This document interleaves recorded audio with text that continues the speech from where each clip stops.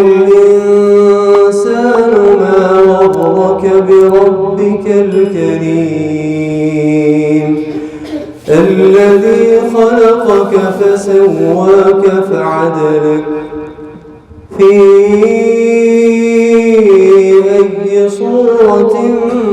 ما شاء ركبك كلا بل تكذبون بالدين وإن عليكم لحافظين كراما كاتبين يعلمون ما تفعلون إن الأبرار لفي نعيم وإن الفجار لفي جحيم يصلونها يوم الدين وما هم عنها بغائبين وما